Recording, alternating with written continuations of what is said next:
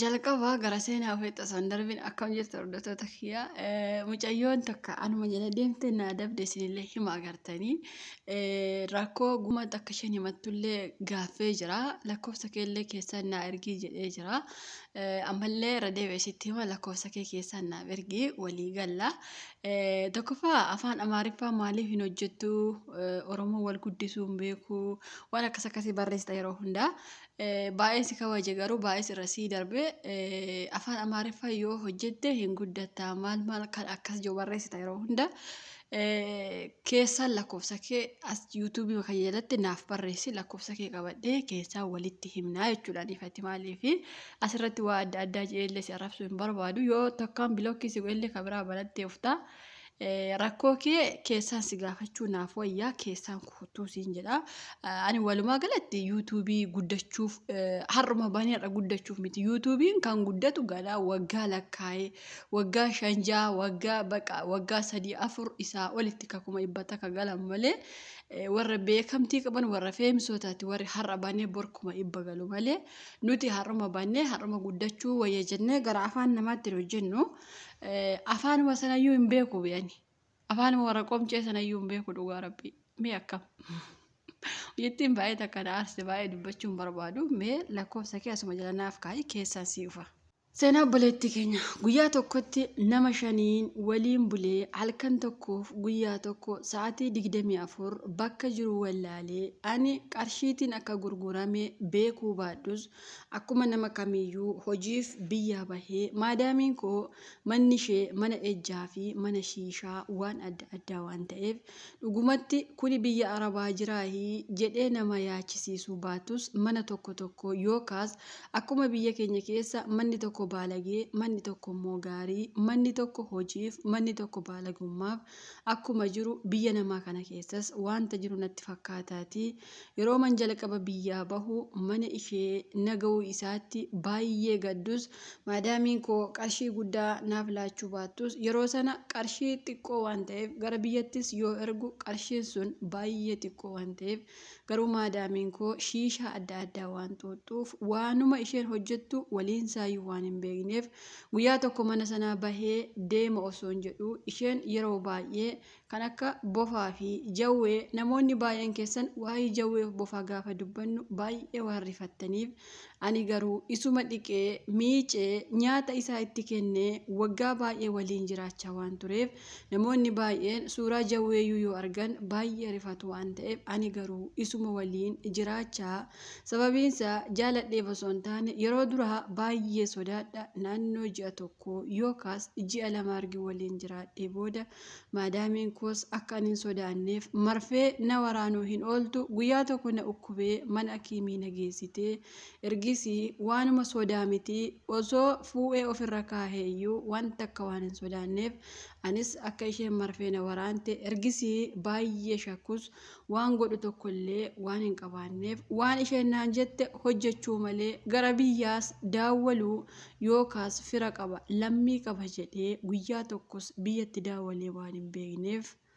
ani biyya namaa ufee naannoo waggaa tokko qofaa maatii qofaan haasee malee achii booda garuu hojiin koo maal akka ta'e isheen manni ishee mana ejjaa fi mana sagaagalummaa mana adda addaa walumaa galatti mana hoteelaa kan akkasii qabdi waan ta'eef haa ta'u malee ani hojiin koo bineensa ishee miicuu dhiqee nyaachisee obaasuu waan kana akka ta'e maatii koottis waan hin himeeruuf isaanis guyyaa tokko si ajjeefti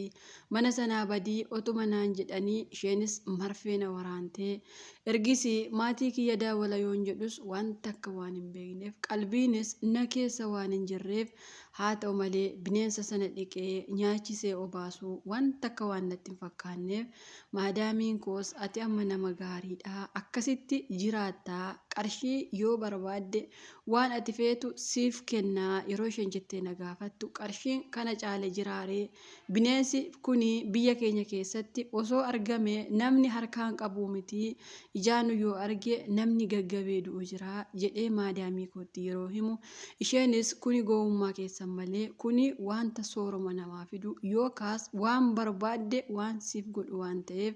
kun hin sodaatamu ani garuu nan dhokseera malee namni hin beeku jechuun yeroo isheen natti himtu anis erga hadoodee xiqqoo akkuma nama abjuu keessa jiru ni beektu mitiire anis abjuuma keessa waan hin jiru natti fakkaata malee mana sana keessa yeroo deemu wanta akkallee waan hin beekneef isheenis ergi mana ishee keessa waggaa 3 hojjedhee qarshii waan tokkollee waan naaf hin laanneef waggaa tokko qofaa yeroo duraa biyya erge malee ergasii qarshii waan jedhamu waan tokko isheenis fudhu naan hin jettu anis naaf kenni waan hin jenneef maatiis hin daawwalu calliseetu mana sana keessa deemu akkuma abjuu natti fakkaata malee manni sun mana namaas natti hin fakkaatu mana bineensaas natti hin fakkaatu walumaa galatti jireenyi koo abjuu waan ta'eef calliseetu deemu nyaata isaanii hojjechuu yoo na waaman dhaquu yoo hirribni na qabe rafuu kanuma duwwaa malee maatii koo daawwalaa hojjedhee qarshii koo kana godhaa akkas godhaa jechuun ergi sammuu koo keessaa bahee naannoo waggaa 2 olii waan ta'eef isheenis guyyaa tokko nama 5 fiddee uftee warra kana waliin jiraataa qarshii gurguddaa siif kennu jechuu yeroo natti himtu anis lakkii ani waan akkanaa argee hin beeku ani ijoollee durbaa reefu biyyaa bahaa jedhees yeroo isheetti himu isheenis waan akkasii tasuma hin hojjetu yoo didde asitti si ajjeesu jechuun yeroo isheen na doorsiftu anis doorsisa isheetoo dhagahiin na ajjeesi malee ani waan kana hin raawwadhu yeroo isheetiin jedhu isheenis sa'aatiin sun sa'aatii misaa waan ta'eef yeroo hundaa misaa isheen naaf kenna ani harka kootiin fuudhee waan hin nyaanneef halkan naannoo sa'aatii 7 irratti yeroon of baru namoonni natti fayyadamanii na bira taa'an nama 5 waan ta'eef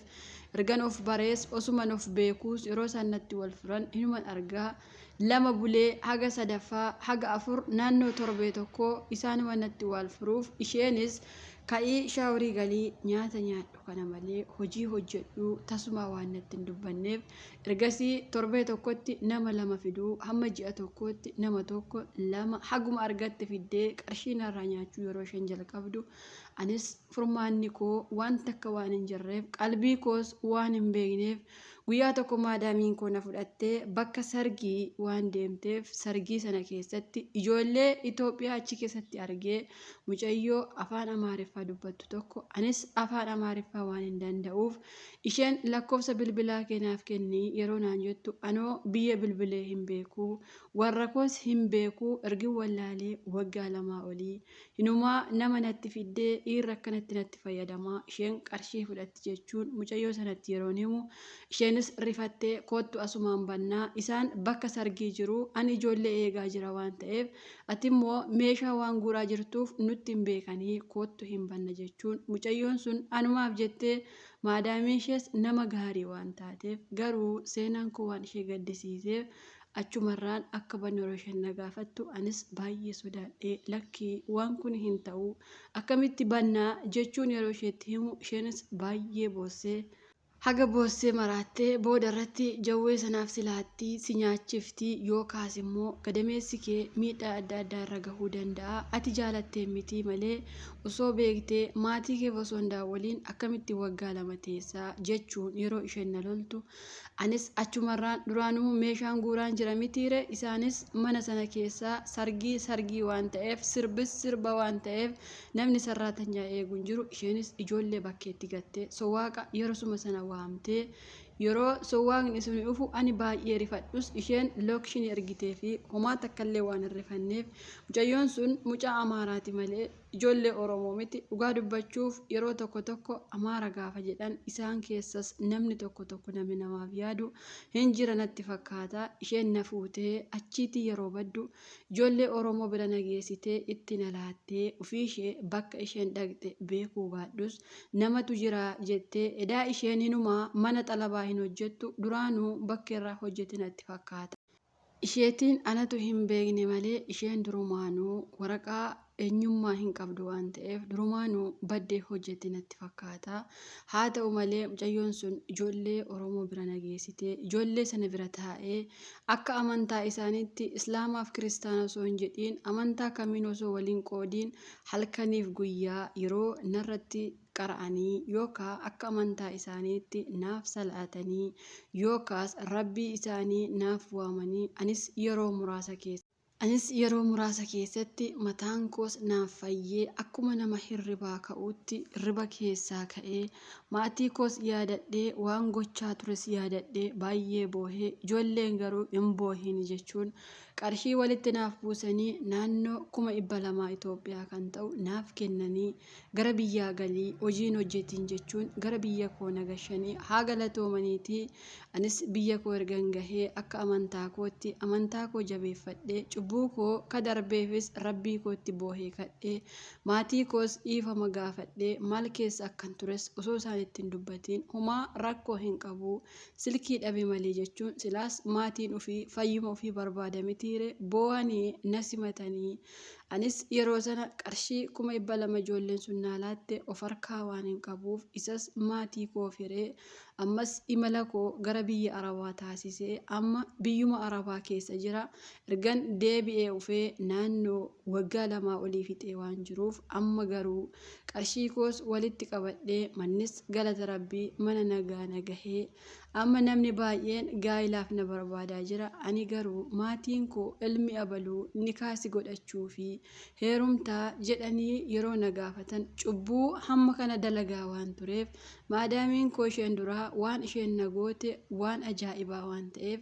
anis kun yeroo hundaa natti deddeebi'ee gaafa heerumte abbaa manaa keetti maal jettaa eessan ture jettaa jedhee sammuun koo waan na kasasuuf anis kanaa booda dhiiruma hin barbaadu heerumuus hin barbaadu biyyuma kana keessatti dulloomee du'uu barbaada yaa rabbii koo maalii nama manaa bahee guyyaan mana namittii seene maal ta'a yoo du'a koo ta'eera ta'e jechuun halkaniif guyyaa boohee maraadhee gaafa namni waa'ee gaa'ilaa na gaafatu ani garuu imimmaaniin yeroo maatii kootti deebisu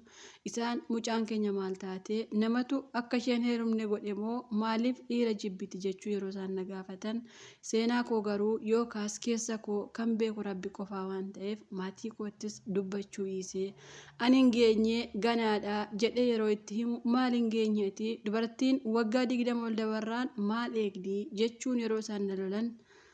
anis ganaadhaan yeromaan geenye jechuun maatii koo ofirraa waanan deebisuuf obboleeyyan koo hiriyoonni koos namoonni seenaa koo dhaggeeffatan biyya arabaa keessa akkuma koo rakkachaa jirtan ammaaf galata rabbii mana nagaana waan nagahee jiruuf mee situ badii qabaa badii keetii mana madaamii kee duraatii maaliif baduu diddee maaf hamma kana achi teessee ofirratti akka isheen kana si gootu taasiste naan jettu moo kuni cubbuu mitii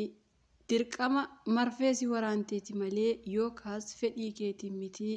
gaa'ila ijaarachuu dandeessa naan jettu moo seenaa koo namoonni dhageessan amaanaa isinitti haa ta'u naaf deebisaa yookaas yaada keessan naaf qooduu hin dagatiinaa galatooma itti obboleettii keenya seenaa kennuu erguuf hedduu galatoomii maaliif anillee seenaa kanarra waa hedduu baradhee jira bakka irraa baradhee jira bakka irraa hin barannes jira isinis tarii irraa barachuurraa fayyadamuu dandeessu viidiyoo kana laayikii gochuu hin dagatiin namoota baay'ee bira akka gahuu fi obboleettii keenyaan akka yaada kiyyaatti namoonni kan waan feetan jechuu dandeessanii yaada keessan qooduuf hin dagatinaa isinii ani immoo yaada kiyya maali heerumtee osoo gaa'ila kee godhattee gaariidha sababiinsaa jaalattee miti ati jaalattee waan kana hin goone yookaas immoo dhugumatti manni gaariin yookaas immoo manni badaan akkuma biyya keenya keessa jiru biyya arabaa kana keessallee badaanis ni jira manni gaariinis ni jira kanaaf ati jaalatte yookaas immoo fedha kee ta'e yookaas immoo qarshii barbaadde waan kana ofitti hin finne waan ta'eef ani akka kootti hin shaawwadamiini yerootiin umriin kee hin darba waan ta'eef wanti hunduu wanti hin dabarre hin jiru gaa'ila keetu uummattee gaariidha jedhee yaada sababiinsaa kan darbeen of ceephuun keessaafuu gaafa bakka hin jiramitiire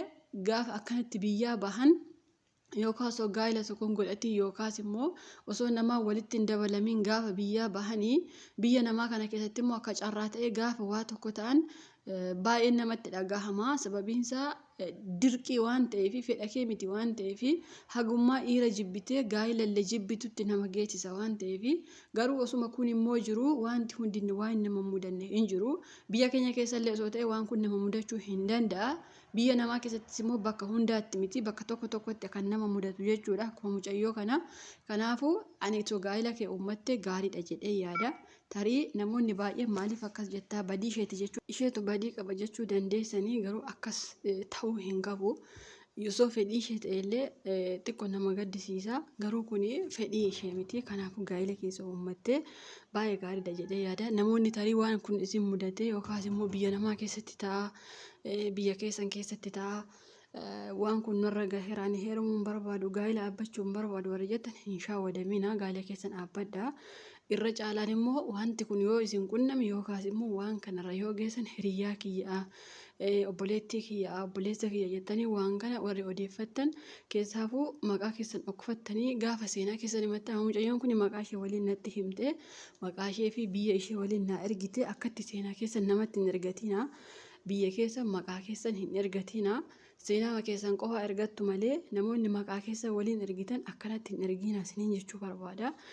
Anillee karaa gama kiyyaan hin beekaa maqaa namaa fi biyya namaa waliin hin dubbadhu akkuma isin beektanii garuu namoonni tokko tokko dubbachuu biyya kee maqaa kee dubbachuu danda'u waan ta'eef maqaa keessan guutuu haga maqaa abbaattillee kan natti ergeeru jira dhugaa dubbachuu fi wanti akkasii hin ta'u namumattiyyuu gaafa ergattan. Maqaa walii hin ergina isiniin jechuu barbaada. Namoonni immoo eessaan si argachuu dandeenya? YouTube'n akkamittiin odeeffama kan jettanis baay'een keessan ni jirtanii. YouTube'n banadhu jette akkamittiin banannaa kan jettanis ni jirtanii. YouTube'n Abdul Habab ilaaltanii banattu isin jedhe yookaas immoo sabboontuu ni beektanii. YouTube'n ishee sittiinaa kan jedhu jalatti barsiiftee jirti. Sittiinaa sana jala seentanii banachuu dandeessu jechuudha. Ani har'allee ta'e borkaa isin gorsu YouTube'n banachuu hin dagatina. Dhugaa rabbiin itti hima YouTube'n banadhaa. Keessaafuu namoonni mana gaarii maadaamii gaarii qabdan waayifaa qabdan YouTube'n banadhaa irratti dalagadhaa. Kaan keessan immoo ani TikTokii qabaa